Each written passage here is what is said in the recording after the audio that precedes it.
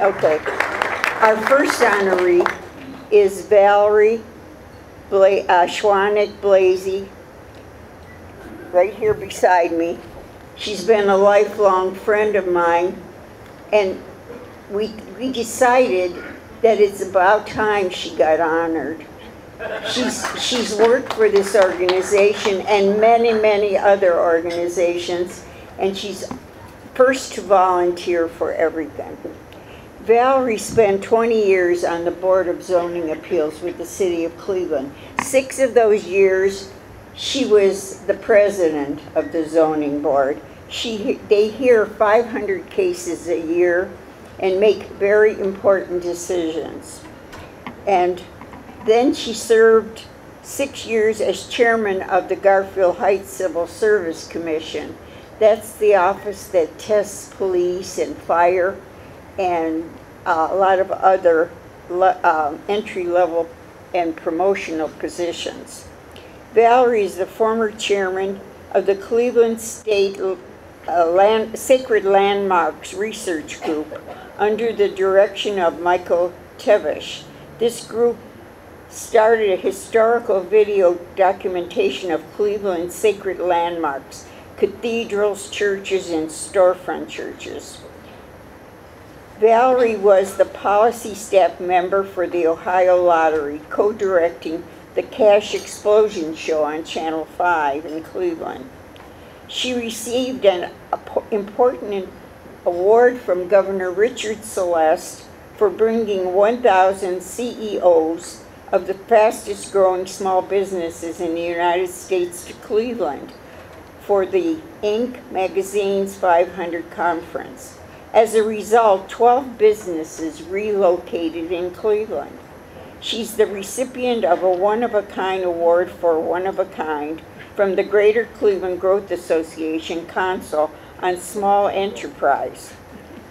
She also got a wonderful recognition award from former First Lady Barbara Bush. That was in 1988, and she was one of 40 outstanding women in the state of Ohio. She's been a lifelong member of the American Nationalities Movement and is currently serving as corresponding secretary. She's a member of the Polish National Alliance of the United States, Union of Poles of Cleveland for 41 years. Valerie is a former member of the Marymount Hospital Guild, serving as assistant to the chairman for 2 years. Valerie's married to her wonderful husband, I can't see him through the bushes, Terry Blazey, and they reside in Strongsville. Valerie, I want to congratulate you, my friend.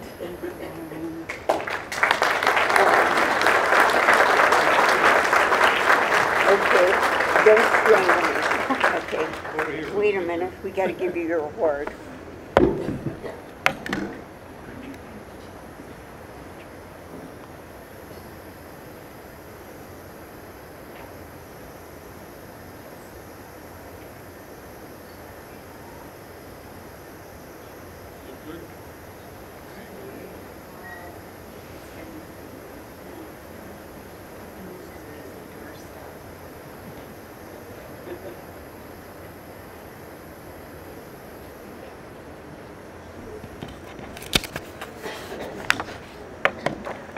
I want to just, may I read what's on the trophy?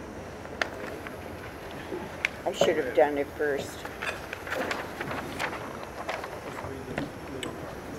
I'll go real quick with this. This is the scripture on the award.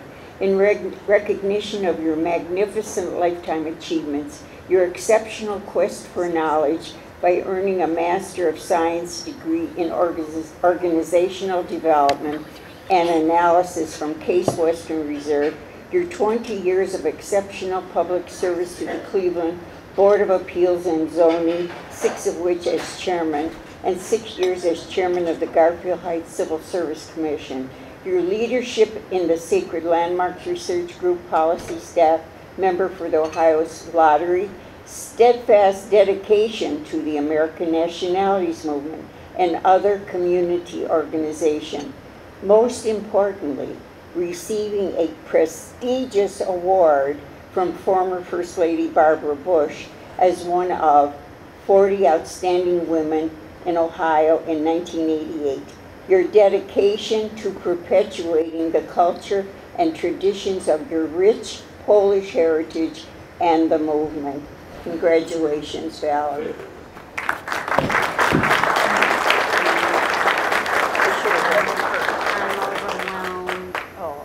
We'll have a word from Valerie Schwonek now, Blazey. I can't follow that. I'm overwhelmed. First, I want to thank Rocky and Irene Morrow for even considering me for such a prestigious award. I never expected it. I want to share with you an experience that I had this past summer that profoundly influenced my life and for the rest of my life. It's a small thing, but it was very impactful. There's a restaurant in Strongsville. It's called Pizza Fire. It's different from normal pizza places. You go in and you pick out what kind of crust you want, and they stamp it out, and then you move down the line, and from fresh items you pick what you want. And I've been a vegetarian in my past, so I kind of always go back to that, and I don't care for like the sausages and the pepperoni on it, and so I got all the healthful greens that they had. And before, when I wanted to stop, my husband didn't want a pizza, but he says, okay, you go in, I'll wait for you. So as I'm trying to unhook my seatbelt, Terry says to me, hey, maybe you better hurry up. There's a family of 5 going in ahead of you. Well, traditionally, people usually get their own pizza. It takes only 90 seconds to fire your pizza in this fire oven. Well, I didn't want to make it obvious, this old lady trying to run in front of a family of 5. So I took my time, I let them go ahead. When I went in, I smiled at the children, and I exchanged a few words with the mother. You know, how nice the fresh vegetables were that we could pick from.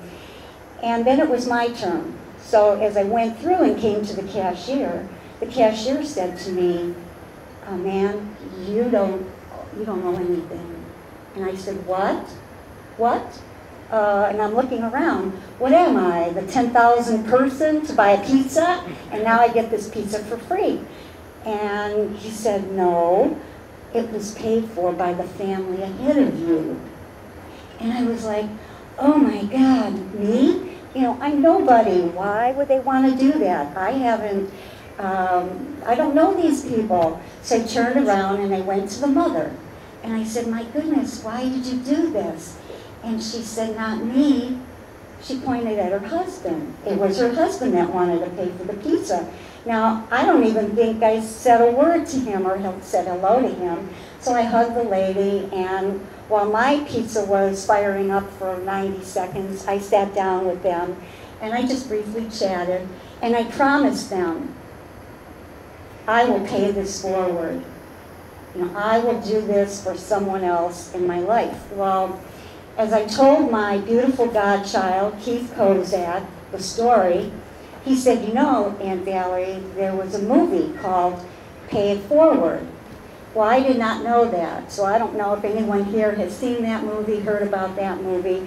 But anyway, I decided to pay it forward, but not just once, not just 3 times, but for the rest of my life. And since then, I mean, I was always a giving person, but since then, I found myself deliberately looking where I can help someone, where I can do something for someone else. And pivoting off that, about a month ago, there was an article in the Akron Beacon Journal. A family started a foundation with $100,000 for civility and kindness. Can you imagine that? Do we actually need a foundation for civility and kindness? Isn't that something that should be innate within us to give to others? Kindness does matter. So I've been spending the rest of my time looking where I can help someone out. And so I want to challenge everyone here today to pay it forward, to start your paying it forward, but not to do a random act of kindness, but to do a deliberate, willful, thoughtful act of kindness for others. If you're in line behind someone, whether they're on welfare or not, and they can't come up with the money to pay for their loaf of bread or some of their things, if you have a few extra dollars, give it to them. Irene Morrow was just telling me yesterday that she stopped for gas on Center Ridge Road. And there was a man trying to pay for gasoline, counting nickels, pennies, and dimes. Well, Irene didn't know my story. She gave him some money. But Irene was always like that. So I want to challenge everyone here so that when we come back in July for our Captive Nations dinner, or next year at the Christmas party, I would like for you to come up to me and tell me your pay it forward stories, your deliberate, willful acts of kindness. With that, I want to wish everybody a Merry Christmas and a Happy New Year. Thank you. Thank you very much. Next time I go to Pizza Fire, I'm going to wait till Valerie goes in. All right, who stole my joke page? Oh, I didn't. Did you? You just have to skip it. I didn't.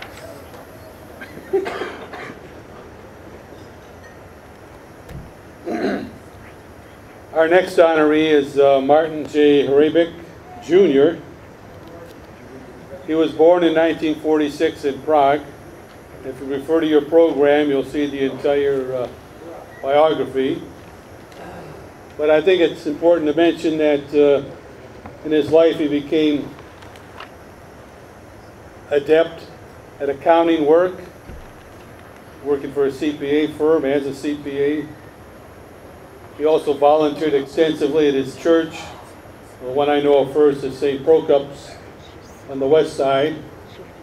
And he put a lot of work in for them, and we're lucky, as unlucky as they were to close, Our Lady of Lourdes Church is lucky to have him come over and make sure our books are as balanced as possible. So he works a lot with the churches, the Czech churches. He works a lot with Czech organizations. And as a result of his lifetime of achievements, we're going to present him with an award in recognition of his lifetime achievements and his outstanding support of the so-called Greater Cleveland, Czech Catholic Union, and American Nationalities Movement. His moving on in the CPA exam and obtaining a partnership, achieving a master's degree in business administration from Cleveland State, for your extraordinary contributions to so many organizations, receiving so many prestigious awards in accounting and educational institutions, for your involvement and support of Czech churches, which I already mentioned, your help to establish, together with your wife, a scholarship fund at Cleveland State to provide help for needy students, and your propensity for promoting the customs and traditions of your rich Czech heritage, and for your support of the goals of our movement. We present this award over there. I'll get it.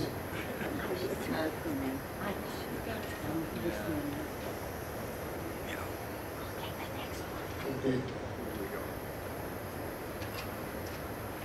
Go over here for the picture.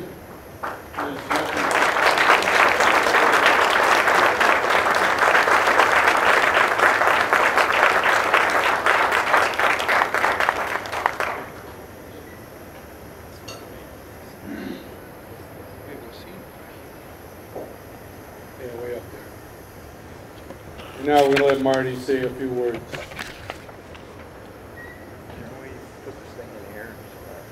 Is that You easier can for stick it you? in there if you want, but It would. it's pushing it. You really have to talk into it to get people here. Okay. Can you hear me? You have to talk loud into it. All right. That might be easier. We'll do it this way. First of all, my speech is based on what Rocky told me to do, so I'm going to talk about my family and other things. But I want to start with, I got a phone call yesterday from Rocky Berg. He says, Marty, how you coming along with your speech? And I said, what speech? And there was dead silence for 15 seconds. Then I says, no, I'm just kidding, Rocky. I'm working on it. Rocky says, well, how long's your speech? I said, 1 hour. Dead silence again for 15 seconds. I says, just kidding. I'll keep it under 10 minutes. You know, I think I enjoyed that phone call more than Rocky did. Okay, so what I'm going to start with is, I'd really like to talk about my heroes and not myself, because without them, I would not be the person that I am today. The first hero in my life was my father, Martin Hrabik Sr., who was a well-known political figure in Czechoslovakia. He was part of the anti-Nazi underground group. In 1940, he was arrested by the Gestapo and charged with spying in favor of the Allies. He was tried in Berlin and convicted. He spent the next 5 years in various concentration and work camps. The conditions were so dire that he volunteered for work detail to pick up unexploded bombs. Luckily, he was sent on a different work detail.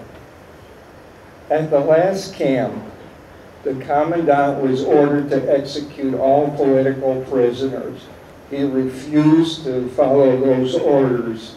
3 days later, the American Army liberated the camp. True heroes of the day. My father returned home to my mother and sister Mary to rebuild his life and family. They had 2 more children, me and my brother George. He also returned to politics.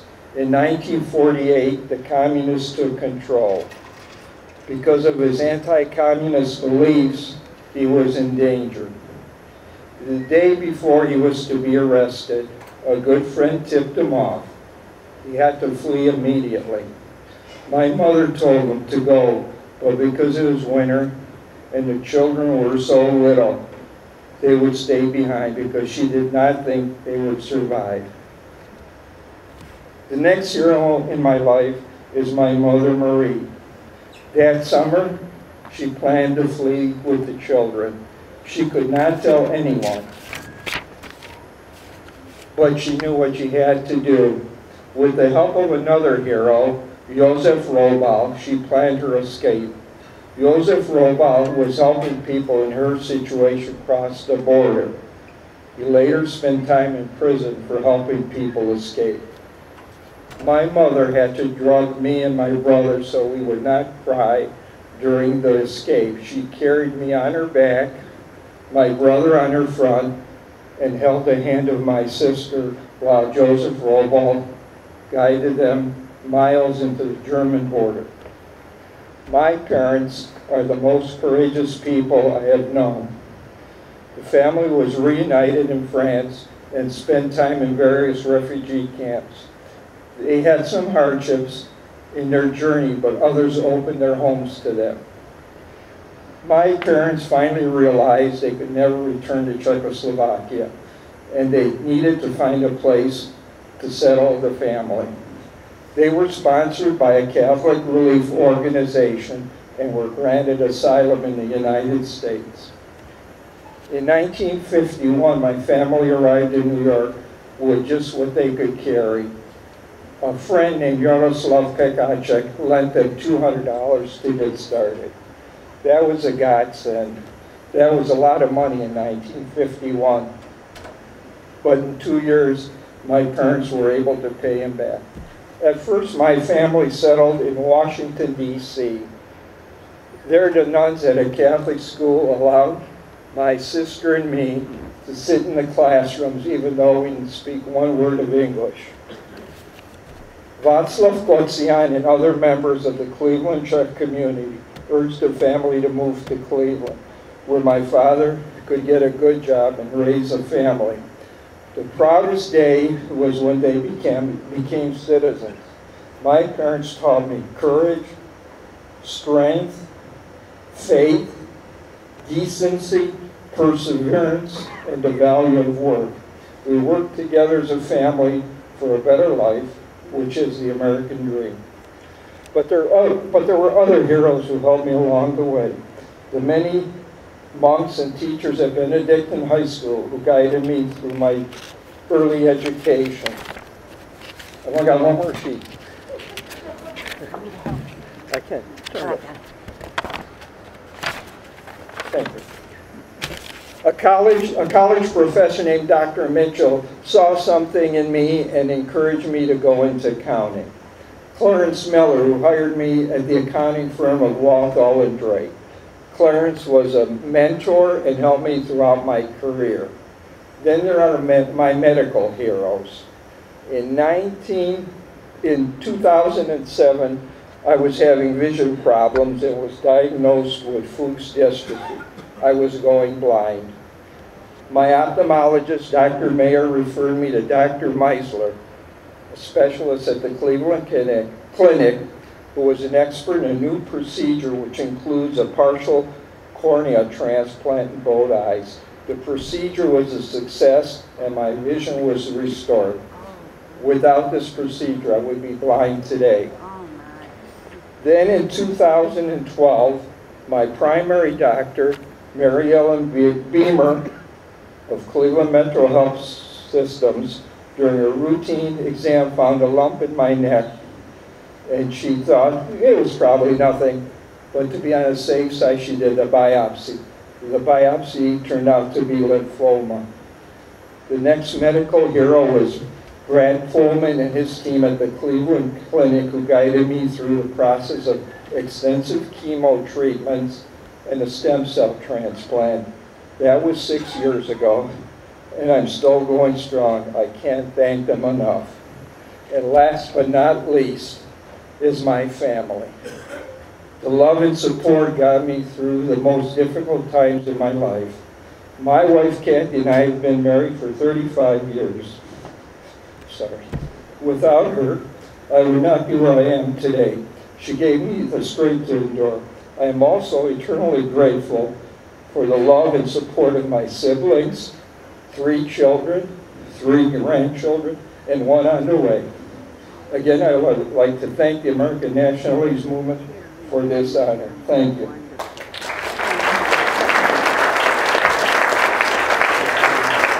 Thank you.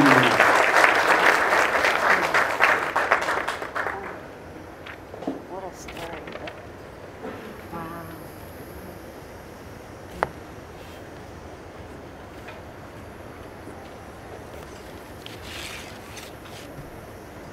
Moving on to our third honoree of the evening, Gabriella I. Her family has been longtime members, contributors of nationality organizations and the American Nationality Movement. We're real honored to have her and her family and friends here today. When you look at her biography, which is again listed in the program, I try not to say too much of it. Every other sentence says that she's active in, involved in this or that Hungarian organization. Like she organized in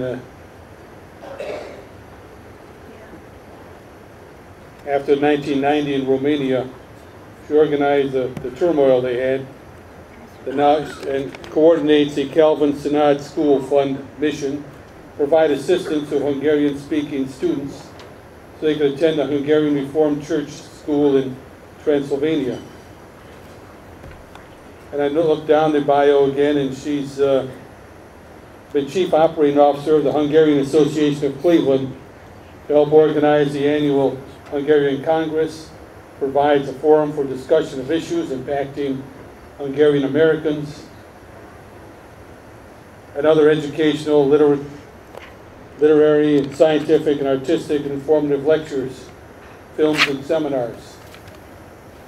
So again, if you look through the whole thing, everything is involved with the Hungarian community, and as a result, we have a good 4 tables filled with good Hungarians here today to help us honor her and present her with the Eagle Award, which says, in recognition of your magnificent lifetime achievements, earning your pharmacist degree from the University of Toronto, joining the Hungarian Scouts and volunteering in the Hungarian Helicon Youth Association and Ball Committee. We served in many executive positions. You're establishing the Calvin Synod School Fund, allowing students to attend the Hungarian Reformed Church's school.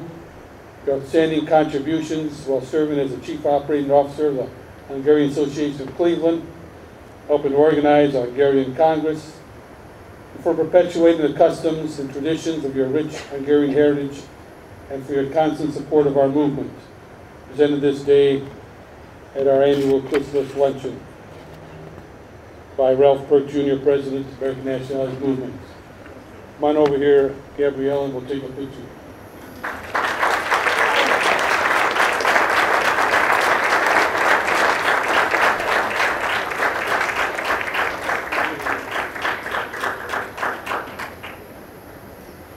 Let me see if I can button this up here.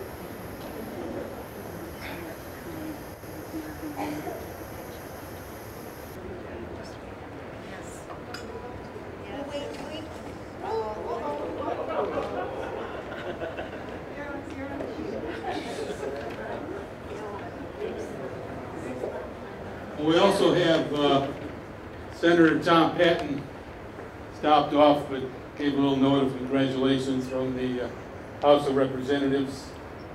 Well, I guess he's not the senator until next year. Yes. Oh, right. Rich honoree. We have one of those at the table.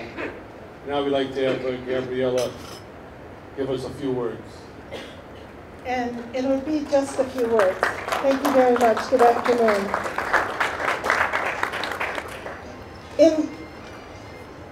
Oh, John. Into each and every relationship we have, we bring the person that we are, molded by our cultural heritage.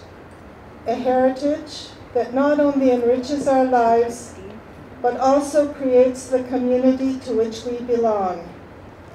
I'm a fervent supporter of Hungarians in America because I love the culture in which I grew up, and I believe that Hungarians have contributed greatly to the multiculturalism, arts, and science in America.